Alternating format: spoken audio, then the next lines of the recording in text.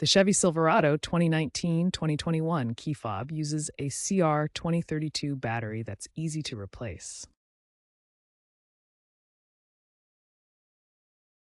First, gently pry open the fob using a plastic pry tool or coin at the seam near the keyring. Avoid metal tools to prevent damage. If the case is stuck, soak the seam in warm, soapy water for 5 minutes. Once open, remove the old battery, noting the positive side up. Clean the contacts with rubbing alcohol if corroded. This often fixes remote not working issues. Insert the new CR232 battery with the positive side facing up. Press firmly to ensure good contact.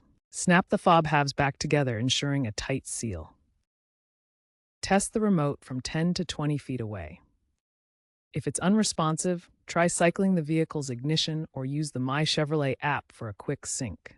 A common issue is incorrect battery polarity. Double-check this. If the open case problem persists after reassembly, ensure the rubber gasket is correctly seated. To prevent future issues, avoid moisture. Some users add a small silica gel pack inside the fob. If the remote still doesn't work after a battery change and cleaning, a professional reprogramming may be necessary, or you can try using the My Chevrolet app to sync the key wirelessly.